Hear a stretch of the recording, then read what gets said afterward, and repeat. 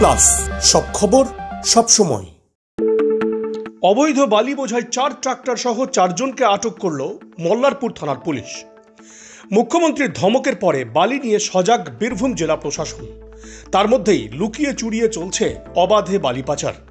Police প্রশাসনের চোখে ধুলো দিয়ে এদিন বৃহস্পতিবার সকাল 10টা নাগাদ মোহাম্মদবাজার থানা এলাকার নদীঘাট থেকে 4টি ট্রাক্টরে করে 14 নম্বর জাতীয় সড়ক হয়ে মল্লারপুরের উদ্দেশ্যে দালাল চক্রের মাধ্যমে বালি পাচার হচ্ছিল। সজাগ ছিল পুলিশ। 14 নম্বর জাতীয় সড়কে হানা দিয়ে মল্লারপুর থানার পুলিশ জাতীয় সড়কের ওপর কিষাণ মান্ডির সামনে থেকে বালি বোঝাই 4টি ট্রাক্টর সহ 4 জনকে আটক করে।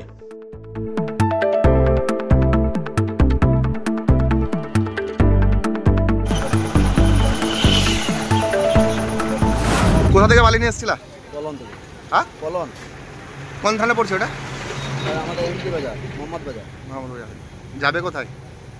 মল্লারপুর। মল্লারপুর কোথায় পড়বে বালি? মল্লারপুর ওটা তো মানে দালাল আন্ডারে খালি হয়। কে দালাল? রবি। কোথাকার রবি? এখানে। কোথায় বাড়ি রবি? বাড়ি বলতে পারবো না আমি কোন জায়গায়। যে ঘাট থেকে বালি তুলেছো, ঘাটগুলো বৈধ? কাগজ আছে বালির? না, অবৈধ। হ্যাঁ। কি নাম তোমার? আমার নাম মদন। দীর্ঘ 5 যুগেরও বেশি সময় পথ চলা বীরভূমের এক এবং একমাত্র বনফুল ক্যাটারার অ্যান্ড ডেকোরেটরস এবার নিয়ে এসেছে বনফুল ইভেন্ট ম্যানেজমেন্ট।